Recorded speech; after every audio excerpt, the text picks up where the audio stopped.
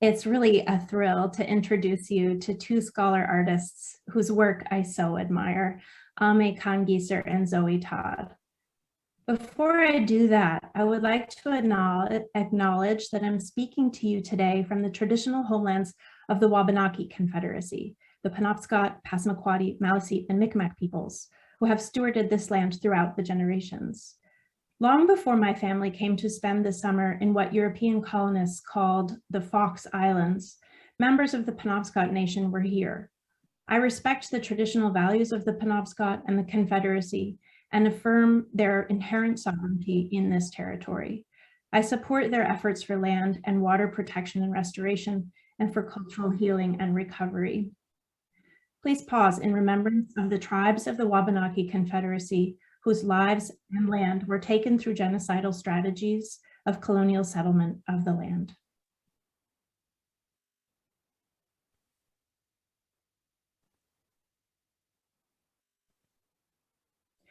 I offer my respect to elders, both past and present, and I'm committed to the ongoing work of decolonization in Maine and beyond, including in the Delaware River, Valley, and Bay, in the mid-Atlantic region of North America, where the Pennsylvania is located on the traditional homeland of the Lenni Lenape people in Lenapehoking.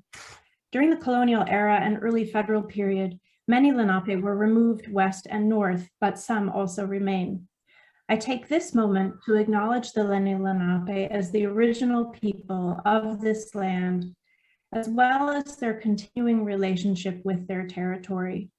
In this acknowledgement of the continued presence of Lenape people in their homeland, I echo the words of the Nanticoke Lenni Lenape Nation, who affirm the aspiration of the great Lenape chief Tamanend that there be harmony between the indigenous people of this land and the descendants of the immigrants to this land, as long as the rivers and creeks flow and the sun, moon, and stars shine.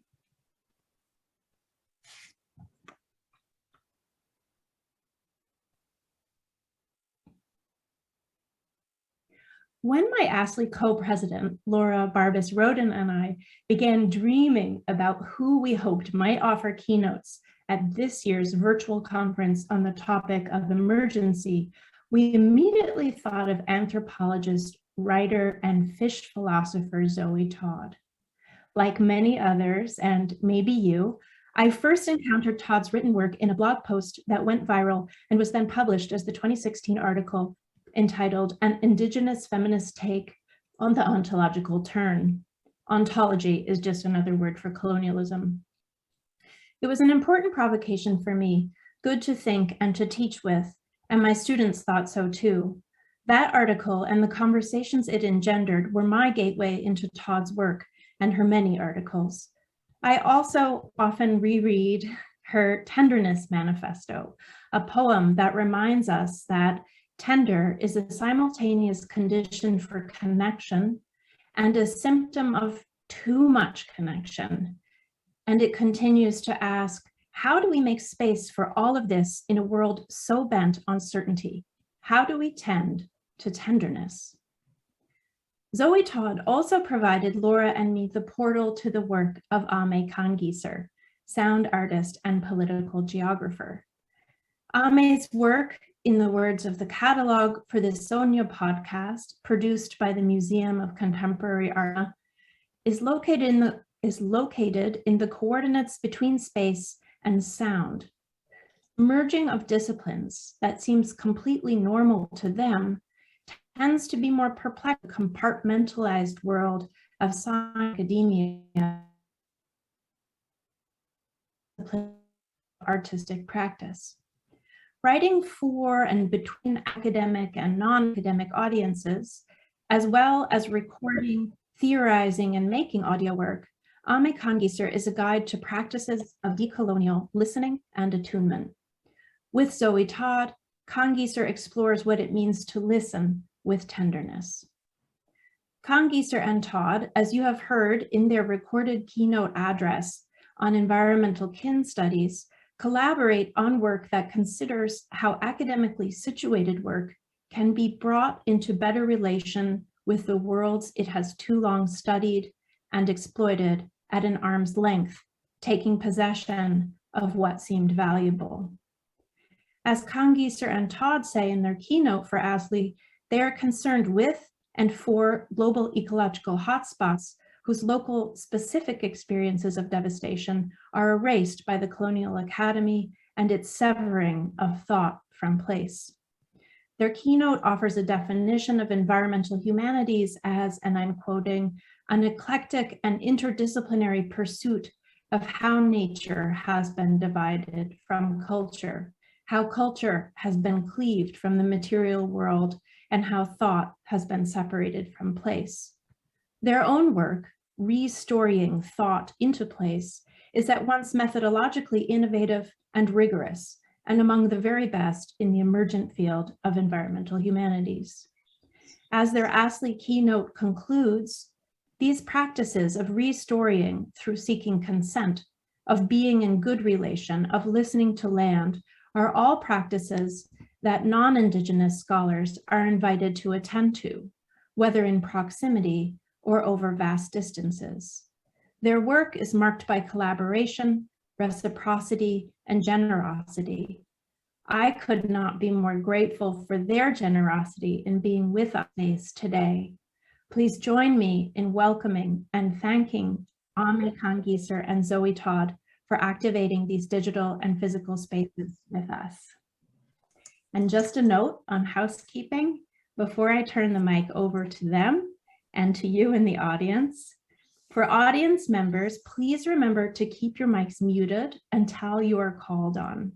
If you'd like to ask a question, please just indicate that briefly in the chat. You can just drop a keynote or two about, a keyword or two about what your question might be. There's no need to write out the whole question. I'll do my best to call on you in the order I see your question in the chat. And I'll try also to group questions around coherent topics. When you are called on, simply unmic and do your best to keep your question concise and accessible. We'll end this live Q&A session promptly at 5 p.m. Eastern Time. And now over to you, Ame and Zoe. I'm going to start you off with a question, as I promised in our email correspondence. It's a very broad question, and please take it as you prefer. Respond in any way that seems productive to you.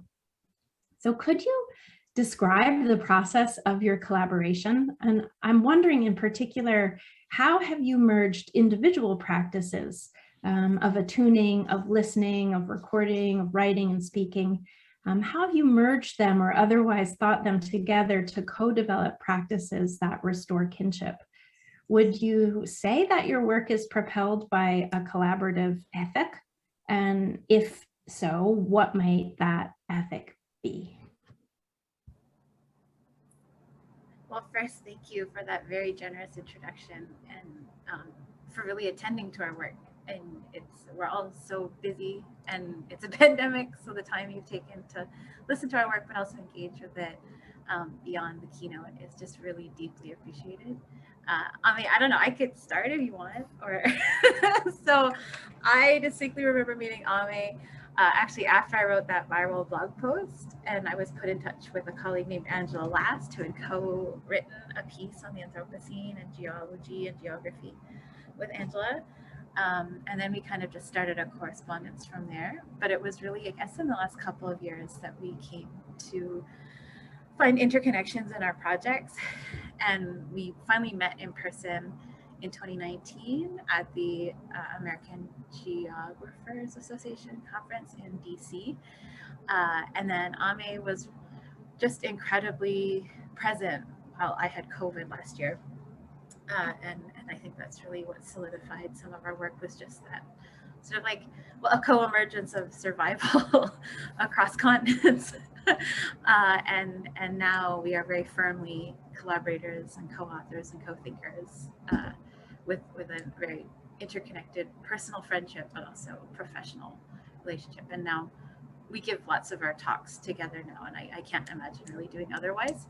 So yeah, so that's how Ame came into my orbit, but you may have things to add.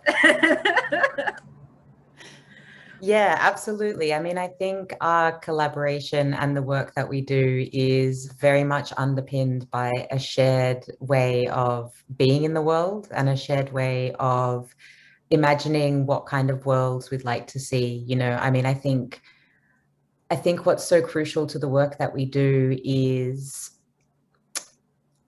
I mean, it's relationality, it's the way that we relate to each other, the way that we relate to the people that we work with, and the way that we relate to, how we might imagine other possibilities.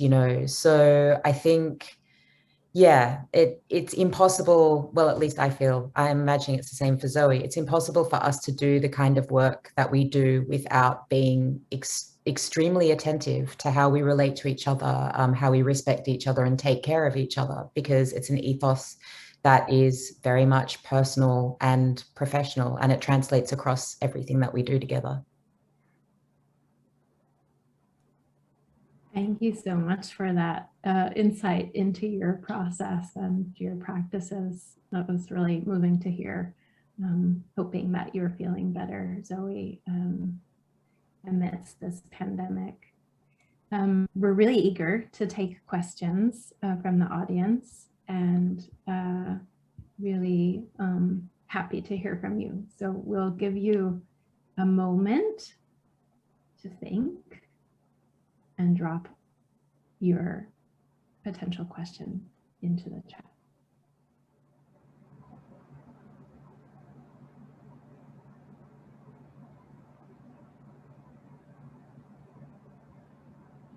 While we're waiting for the chat to light up, which I'm sure, I'm wondering if you might speak a little bit about, I read view, I think, of some sound installations you had made, Ame, about I don't know if it was the reviewer describing your efforts or your own words, it was not clear, but about really like resisting the corset of academic work or academic habitude and habits.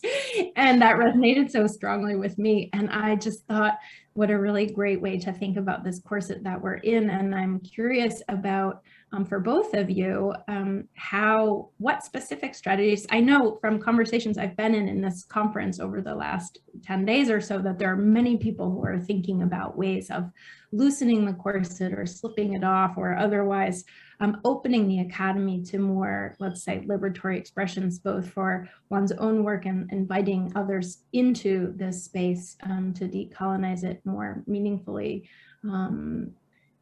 I wondered if you might offer any thoughts on strategy in that direction.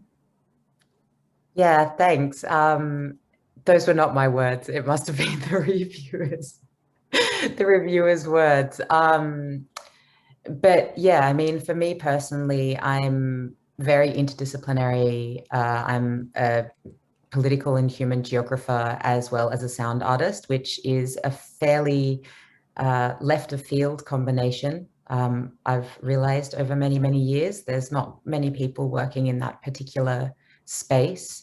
And I think, at least where I've worked in the UK and in Australia, working interdisciplinarily is extremely hard. There's a lot of conversation around interdisciplinarity, and there seems to be a desire for interdisciplinarity, but realistically, when it comes down to it, it's an uncomfortable position to inhabit in terms of the pragmatics of neoliberal academic job markets and, metrics and requirements for funding and things like that. So, I think I don't really have much to say in terms of strategy, because to be honest with you, I'm also a disabled scholar, and, I don't have a permanent position.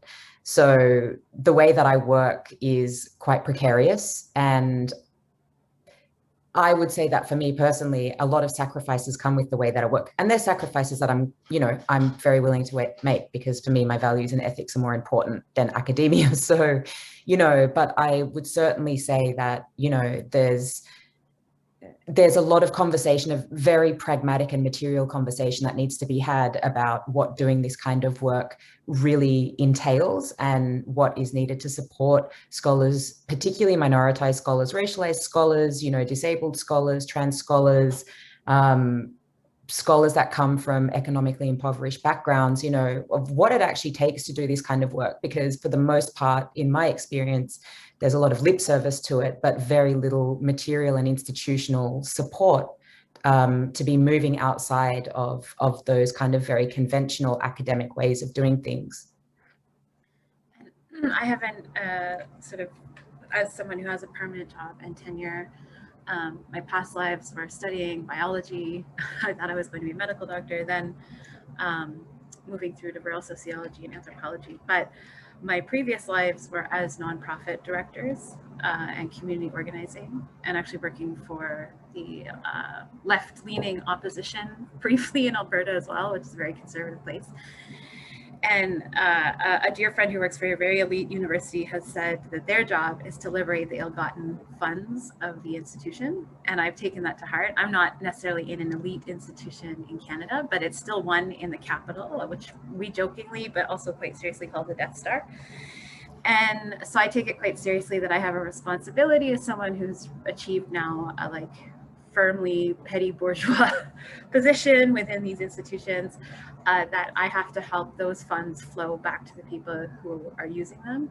And with my background in project management and nonprofit work, it's also about being really strategic and organized in how those projects happen, so that nothing is wasted on people with $200,000 a year salaries, but instead is actually flowing to the people who need that money. And I've worked on some projects by people who didn't have that background in organizing, and I've just seen the way that they waste money, and that drives me very strongly. That when I'm helping folks to apply for grants, we're very strategic about okay, we have to hire people from the community. There has to be some sort of long-term benefit. We use our own funds to travel so that community members get that travel funding, and it's stuff like that. So I know that's not a very romantic response, but for me, it's a very material response, that being really strategic about how we use the resources and getting them out of the spaces.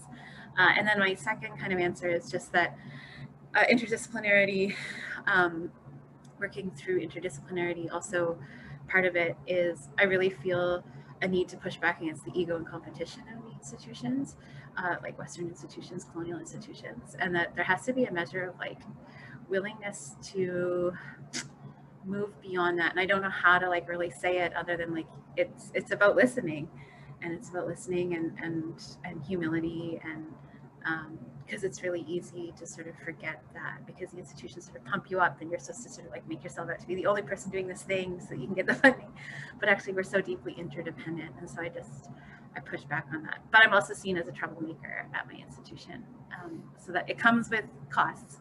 And you may become very unpopular amongst people who are very invested in keeping those systems going. Thank you both for those answers. You're mentioning, Zoe, of listening leads directly into questions we have coming in the chat. Natalie, Joelle, would you unmute and ask your question, please? Thanks so much, Bethany, and to both of you for a really wonderful keynote, which I particularly appreciate the positionality of as a multiple disabled doctoral candidate. My question is around deep listening and non-violence, and I was wondering, to what extent have you found deep listening to be intimately connected with an ethic of non-violence, or can deep listening be used to justify violence?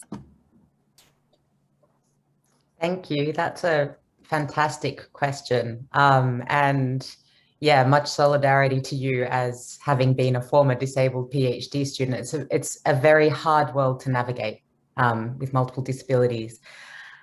Deep listening is really interesting. There are as Zoe said before, and as we say in our talk as well, the work that we're doing has been done for millennia, you know, like these ideas around listening and the kind of dispositions around listening, nothing we're saying is new, you know, it's all there, and it's, you know, really instrumental to so many different cultures and the ways that people live in their environments and, you know, interact with their environments and interact socially as well.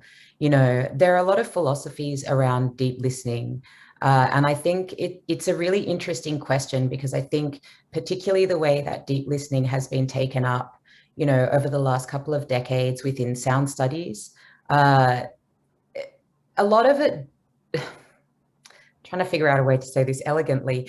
Firstly, a lot of the theories, particularly the white academic theories around deep listening, draw from indigenous cosmologies and ideas and appropriate from that and never reference it and never cite it and never really talk about where it kind of comes from. You know, there's a lot of deep listening work around composition, which I think is really, really interesting. Sound studies and music studies is really, really interesting and really illuminating. And at the basis of all of that appropriated work is a foundation of doing no harm and a commitment to nonviolence. But also in the way that it's come about and the way that it's used, it itself does a lot of harm and erases a lot of people that it draws from. So, you know, it's kind of a bit of a double-edged sword. I think to talk about deep listening as a practice, we have to talk about where the ideas of deep listening that we're using come from and the way that they engage with the world themselves. So, you know, I think, yes, deep listening can be mobilized towards nonviolence, but deep listening itself can also be a very violent process as well, particularly as well in terms of the ways that, you know, white academic scholars listen and what they demand of the things that they're listening to, the demand for transparency, the demand for listening itself, listening where it's not yours to listen to, listening to where you're not wanted. And then also the violence that comes with interpretation of making sense what you're listening to and analyzing it, and then creating a narrative about the world that is, you know, deeply stuck, you know, and deeply singular as well. So, yeah. Thank you so much. Robin Visser, would you like to unmute, please? Hi, happy to do so. I really appreciated, try to turn this on. I really appreciated the keynote, and I'm in the field of literary studies, but do a lot of field research to understand the context of the authors. I write about Indigenous writers from Sinophone writers, mostly from different areas in China. And I was really taken with your examples of, you know, when you're not able to get answers. For example, you're there, you're listening, and you come away with, I put in quotes, nothing in the chat, but I know that's, you know, I understand that's not nothing, but I just love to hear more about how you work against the pressures of the academy to push for answers, basically, in practical terms when you're doing your research. Thank you. I mean, so AME has amazing examples from their fields recordings and of sort of like the land itself refusing to provide answers, or, you know, answers in the way that we are expecting them. You know, as someone who trained in British anthropology, there really is a pressure to know and to claim and to collect. But, you know, I'm really grateful that the doctoral work that I did, there were a lot of things that just weren't for me to know. And knowledge keepers that I worked with, you know, they would sort of look me in the eye and say, like, I'm going to explain something to you, but this is not for you to know. And like, which would, you know, like, this is not for you to record. This, you can know the kind of general context that this exists, but you don't need, the stories aren't for you. And I really appreciated that explicit care in how, you know, interlocutors I was working with could sort of say, like, you know, you're not a Nubialawi, like these are not for you.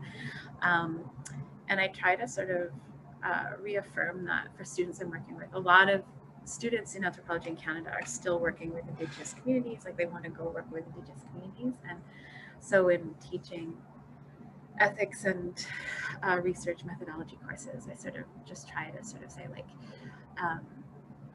building on what Amma has taught me, and what interlocutors in Peloton taught me, like, it's just some things aren't for us to know.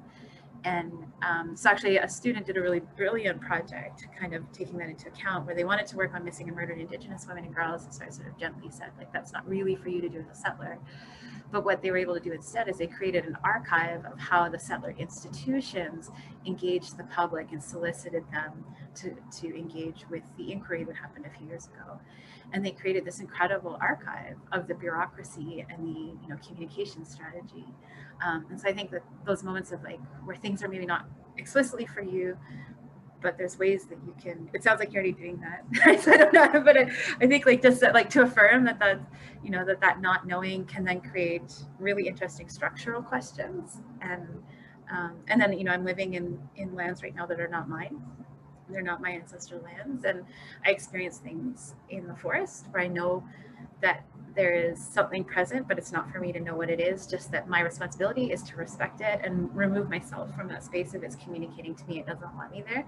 I don't need to know the story. I don't need to know exactly what that presence is. And so that's something I'm trying to, like, bring out of my academic work and into my personal work as well. It's just kind of like knowing when to be present and when to remove oneself, which is like the antithesis to the settler ethic, which is to just be present forever. But it's a really good question. I'll let Ami jump in. Oh, I was just going to say, to add to your extremely comprehensive answer, so I barely have anything to say anyway, to add to that, I think also, what's always kind of pointed out is that, like, not knowing is an invitation for a redirection.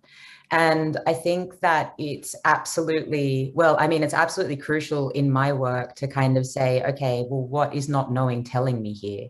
What is this silence actually telling me here? Because it's telling me a lot of information, where I can put my attention elsewhere. I think the most dangerous thing that happens in academia around this is that there's a tendency to panic. I don't know, so I'm going to start assuming, and I'm going to start making an argument, and I'm going to start building a narrative.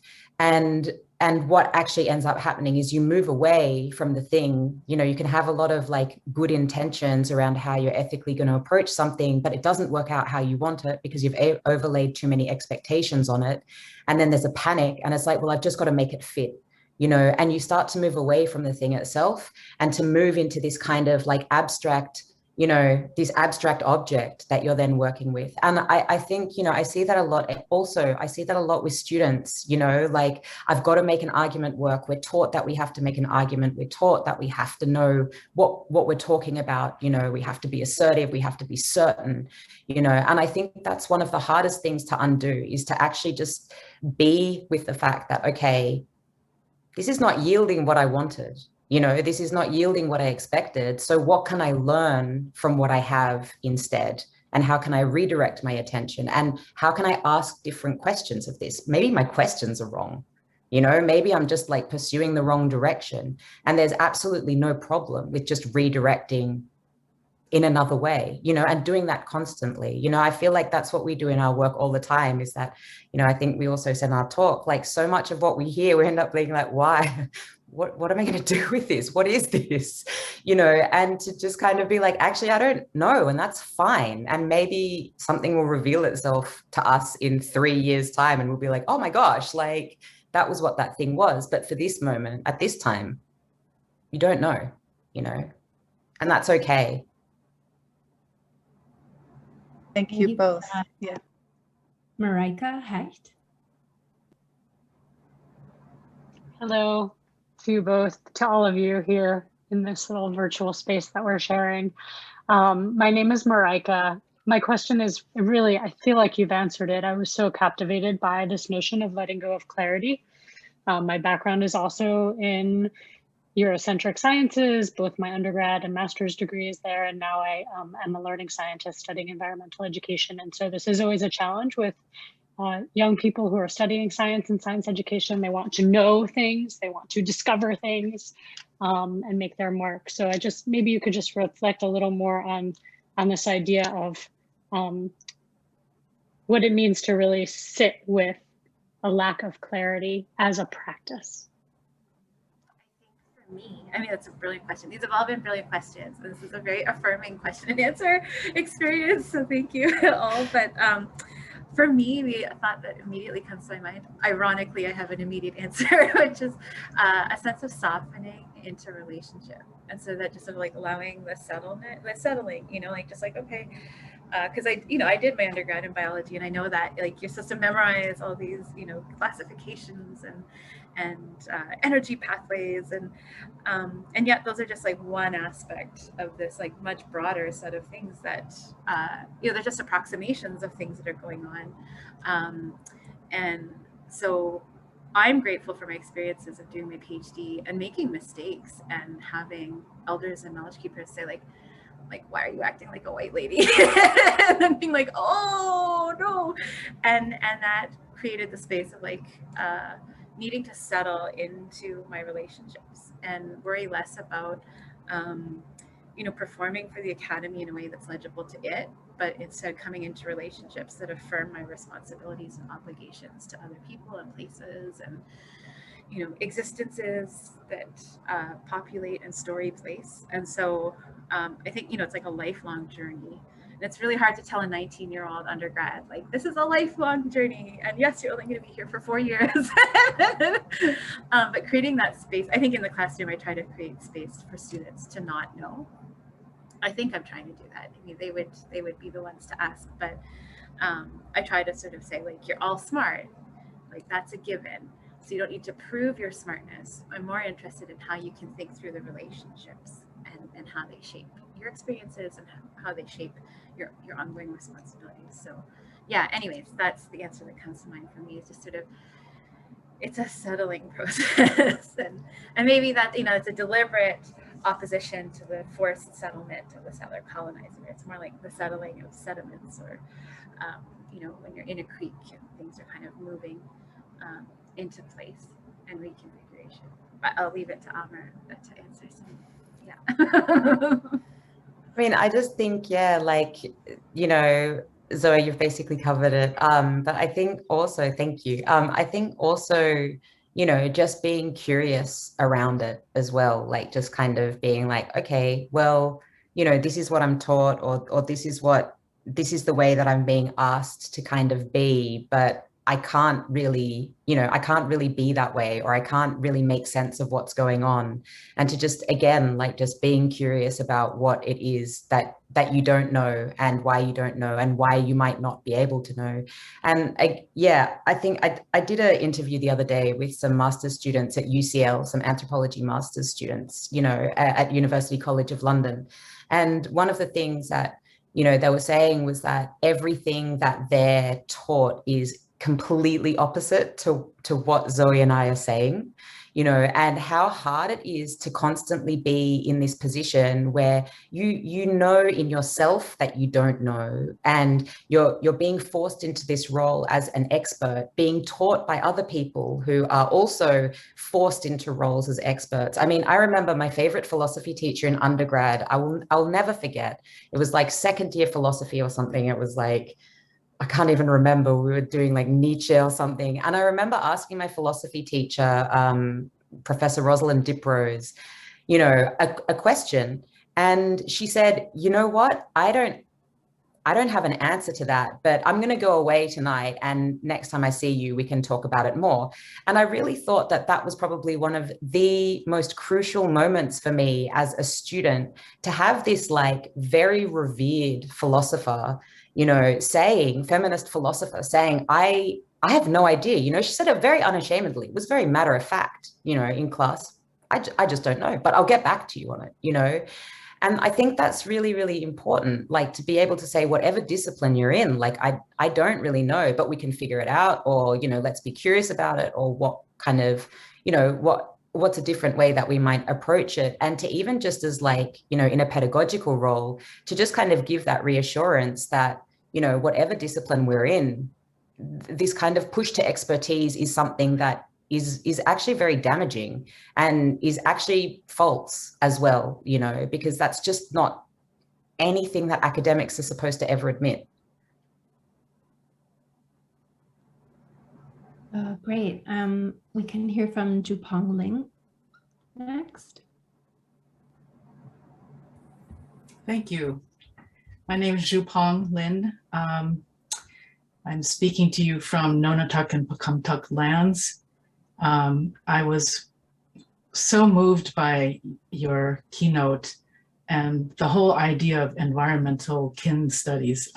It's just, I feel like I came to my PhD very late in life after a long career as an artist. And I'm now sort of in the home stretch, but really got hung up with the dissertation proposal. And so this whole Q&A is just so helpful. As an artist in an environmental studies program that's dominated by, you know, Western trained scientists, colonial trained scientists. So anyway, to get to the question, I was finding a lot of resonance between the ways that the two of you talk about the spiritual and sacred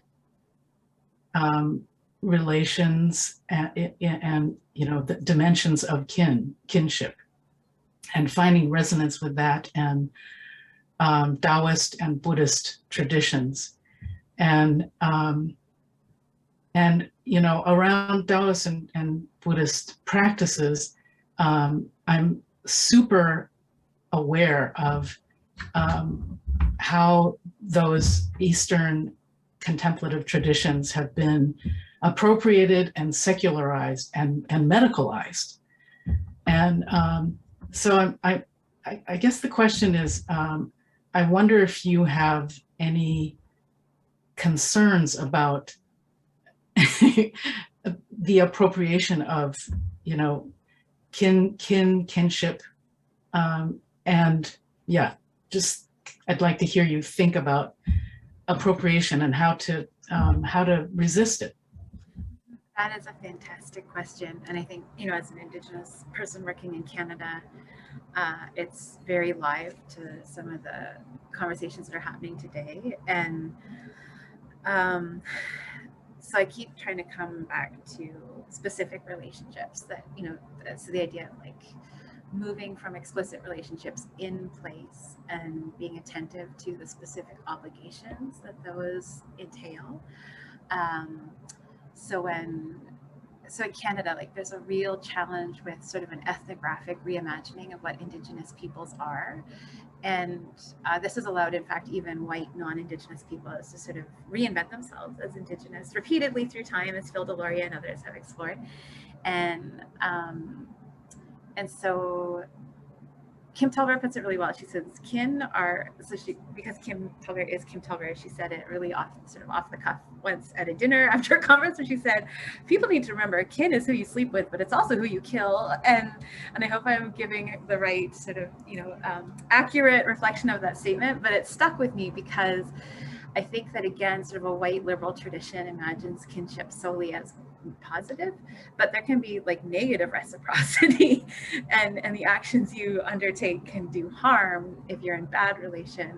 And so I think that without being able to speak to Taoist and Buddhist traditions as someone who doesn't practice them and is not in relation to them, but I do think the impression I get is that white liberals have sort of appropriated these concepts without the underlying, you know, negative and positive reciprocity that comes with enacting a specific you know, like way of knowing and being. And I see that happening in Canada with Indigenous practices. And so Kim has even said she's sort of shifting away from saying kinship to relationship, because kinship still holds that kind of connotation of ethnography and also biology. And so I'm trying to refract kinship still and sort of think through it. So I have a paper that hopefully will come out that sort of talks about how a Western concept of kinship is ancestry without relationship and ancestry without obligation.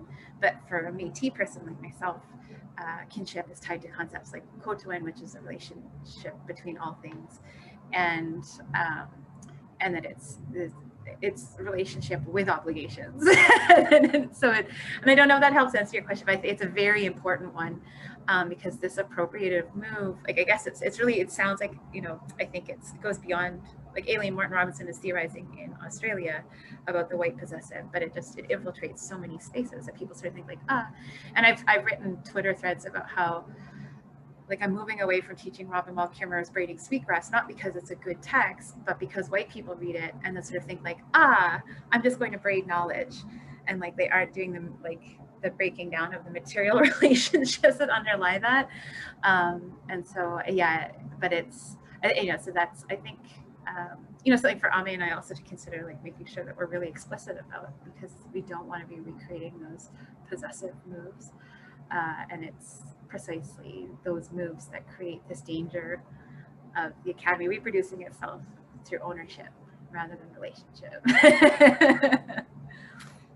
I mean, I think that the same thing bears entirely true for ideas around listening.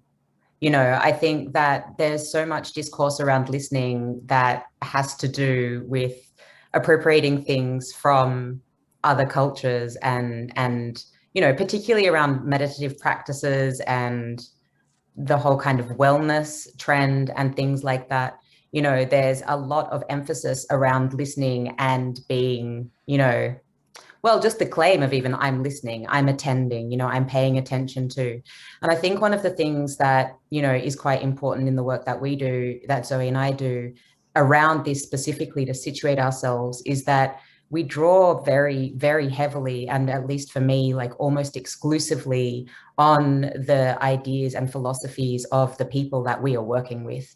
So the ideas of listening that I'm working with come from different Pacific people that I work with who are like, this is what you need to know about how we listen. This is the importance of listening in the way that we live, So I think that's one really important thing, is that our work is trying to be as much as possible very much situated in those collaborative relationships of the people that we're working with. So it doesn't become this amorphous idea of, listening, because I know that a lot of people are talking about listening. A lot of people are very excited about listening. I mean, the other thing that is really important, I think that ties to that for us as well, is that it's towards a very specific goal in a way, or towards a very specific purpose, which is the purpose of reparations and the purpose of liberation and land back. It's not listening for the sake of listening. It's not kinship for the sake of a kind of theoretical exploration. It's a very kind of grounded and material and relational and collaborative idea of self-determination and sovereignty that we're trying to purpose this work towards. So yeah, again, similarly to Zoe, I'm really sorry, I'm not very familiar with Buddhist conceptions around this, but yeah, I mean, I think we do this work very slowly, and we do this work really in relation precisely so that we can understand like where we're situating ourselves and why we're situating ourselves in those ways. And where we might be going wrong. Yeah.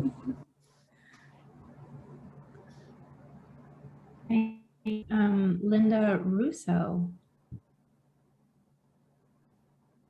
Hi, and Ame and Zoe, and thank you so much for the marvelous job you did of revealing, and sharing your methodology. And I'm finding it very affirming, and I'm loving this discussion.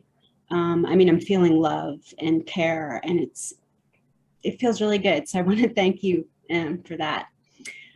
So my question is, what role does art making play in your process? And how do you see the art that arises from restoring, working on its audiences or listeners, if you conceive it as such? So my dad, who lives just 2 doors down now, is an artist. He's a Métis artist who got his BFA from the University of Alberta. And so he taught me sort of the basics of visual expression, but I'm not a trained artist. And, but like, so I don't know, it's like kindergarten. I've been painting watercolors lately, trying to sort of reimagine, because we're in a drought here in BC, like an unprecedented drought, and there's forest fires. And so for me, art from a very early age was just part of like how we explored relationships and self-expression in our household. And I spent a bit of time adjacent to the more like professional art world, observing them, doing my quiet ethnography. And I think that the thing that came through really clearly is that like at least the Western academic professional art world is a lot like science and other Western disciplines, in that it's, you know, it's built on capitalism, exploitation, extraction, and sort of a singular claim to creating things. And for me, art is more about relationship and exploration and curiosity, and like should be allowed to explore joy and grief and all those things, not for the sake of making money. And I mean, if you want to make money off your art, please do. Like, I'm not here to say that the only true artist is the impoverished artist, although I've dated more than one middle-class white man who felt that that was the only true expression of art. But for me, like, art is just, it kind of emerges spontaneously in my work. I was trying to find ways to illustrate the fish that people were teaching me about in my doctoral work in the Western Arctic in Canada. And there weren't really images that like the sciences were using that sort of I felt were useful. So I just started drawing my own fish. And people in the community really liked the fish I was drawing. And so I put those in my PhD, and then that morphed into me doing these fish paintings that have kind of become central to my work, but then has morphed into me doing sort of like other environmental explorations, and now animations, and then working with Ame, combining that with their sound art. And like, yeah, I'm not represented by the art world, but being in the academy has allowed me to be sort of adjacent to it. And so it's been interesting to kind of bring that in. So for me, it's just kind of spontaneous and necessary, but it's a tool that I use alongside my archival work, my interviews, my surveys, like any other tool. And I try to encourage students to use art as well, and to just sort of remind people you don't have to be a professional artist, or you don't have to have gone to the top art schools to be playing around with self-expression. I don't know if that helps, but yeah, for me it's joyful, and it's a way of exploring relationships between place and time, and yeah. Yeah, thanks for that question. You know, I am a practicing artist as well as academic, and you know, I did not grow up in an artistic environment. In fact, my parents would not allow me to go to art school because they said I had to get a real job and had to do a real degree. So I never actually was, I'm not professionally trained, I'm self-taught.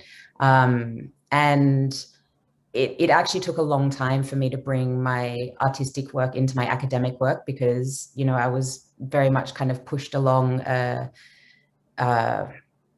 well, geography isn't a very artistic discipline, so I'll just sort of put it like that, you know. And it actually took a really long time, and it took someone else kind of saying, you live these two lives simultaneously. It seems very exhausting. It's probably a good idea to merge them.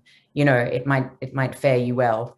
And so I did start merging them. And, you know, I think particularly for the work that I do and the work that Zoe and I do, artistic expression is actually quite crucial. You know, in the work that I do, to put it really simply, I find it really incredible to be able to listen to the places and to create work out of the places that I'm listening to, where you can actually hear the sounds of those places. And really importantly as well, people's voices. You know, I always find that putting voices into text, it does something to it, you know, and to be able to hear people's intonation, to be able to hear people's cadences, to be able to hear where they pause or where they kind of change their mind halfway, or, you know, all of the different ways that people communicate about things, you know, that you can hear in someone's voice, or the ways that an environment sounds, you know, there's so much information there, and there's so much richness there, you know. And I feel like that's also a really crucial part of getting some of this stuff that we're working with across, because you can talk about how something sounds, and you can hear how something sounds, and it's just a quite different aesthetic experience, I think. So, you know, I think to be doing this kind of work in conjunction with art making, and in conjunction with, you know, a creative output as well. I know Zoe was like, you've got to be an impoverished artist, and like, you know, but I think also, you know, this kind of stuff comes through in all of my creative practice as well. And I think they just very naturally go together. You know, the things that we're doing with the Institute for Freshwater Fish Futures also has a really strong focus on different kinds of ways of articulating our work, you know, like through Zoe's drawings, through animations, through sound works, you know, through different kind of creative practices. And I think to just kind of limit how we articulate what we're doing to just academic writing, there's such a huge array of other ways to be working with material. And I think it's also really important, as Zoe said, it's, you know, neither of us are professional, you know, neither of us have gone to art school, you know, all of it's kind of self-taught. And it's really important to be able to say to people like, yeah, you can do, if you want to express things in other ways, then express things in other ways. Yeah. And I hope that answered your question. And it's, I guess it's like an explicitly inclusive and exploratory space like that. We're not here to curate and sort of like gatekeep what art should look like, that it's really coming from a place of like that connectedness. Yeah.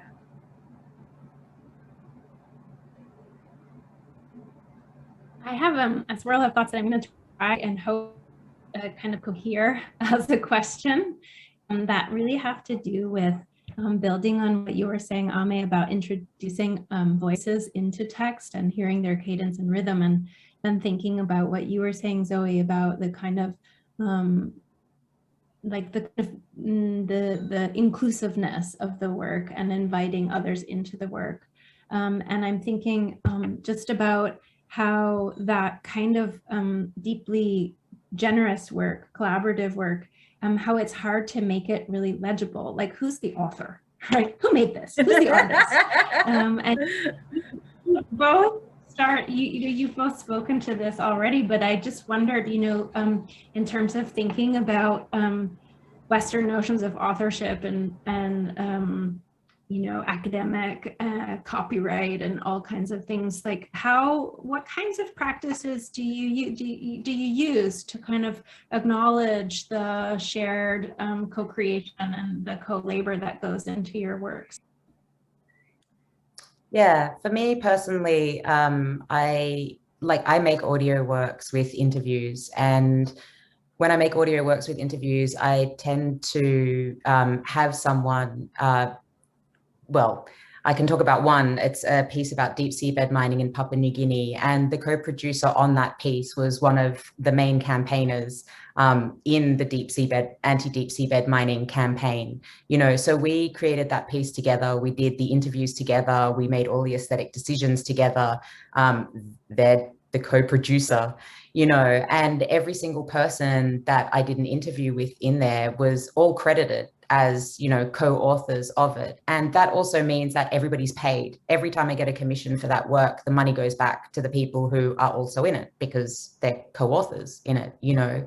So in a very material sense, like, it means, as Zoe was saying at the beginning, redistribution of wealth, you know, redistribution of funding, making sure that everybody's named, that everybody is present every time that work gets exhibited somewhere or gets curated into something.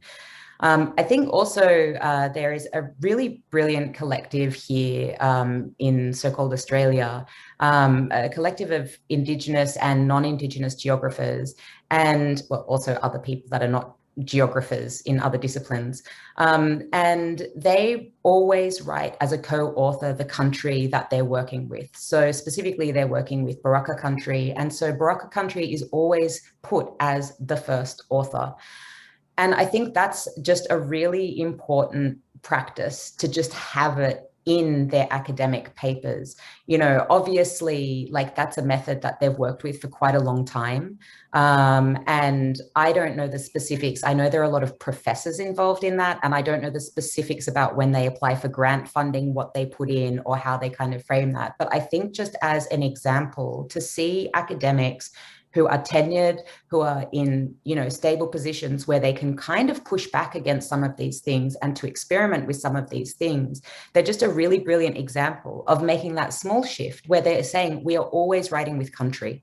You know, country is where we write from, country is who we write with, you know, and that is just consistently always stated in their work over and over again. It's stated in their talks, you know, it's just constantly brought in and made something that's very kind of, yeah, consistent.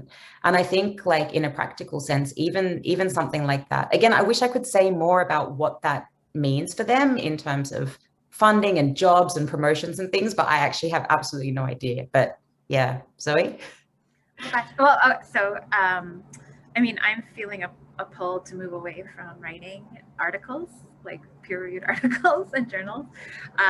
And more of my attention is being drawn into setting up, like at Carleton, we've set up an Indigenous Environmental Knowledge Institute that explicitly partners with this group called the Indigenous Culture and ICMI, which is run by an Algonquin person named Monique Minach, and we're using that as a way to sort of like bring Algonquin governance into the institution. And so, and the goal is that eventually when I leave Carleton, that like that stays in Algonquin ownership, and rather than being something tied to me as the researcher, is actually tied to the land and the place and the people who govern that place. And so that's sort of something we're experimenting with at an institution that's not super open to it. It took 3 years to fight for the funding, and then we publicly shamed them in the national media and finally got the money they promised me. But yeah, I think that with that kind of stuff, like I'm becoming more interested in doing work that explicitly serves a purpose that an Indigenous nation has approached and asked for. And so also looking forward to partnerships with Métis communities where we're going to be doing similar kind of work with an explicit focus on redistribution of power and wealth. But working with you know, we write as co-authors. It's complicated, but trying to find ways to make sure that people are properly credited, and definitely pushing back against the idea that Indigenous people are only informants, which is such a common practice in the sciences and the humanities and social sciences still. And so a lot of our projects incorporate community partners as full partners, who are also named on the grants and have recourse to fundings and support. And for us, that's really important. So, yeah. Thank you for that wonderful answer from both of you. And really thank you for this really exceptional question and answer session, really astute answers to really wonderful questions. Thanks to everyone at the conference for being here in this live session. And we look forward to seeing you at the few remaining live events that we have. Again, thank you, Ame. Thank you, Zoe. It was really a treat to get to talk to you. Be well, take good care. Thank you so much for having us. Thank you, everybody. Thank you for the great questions and generosity.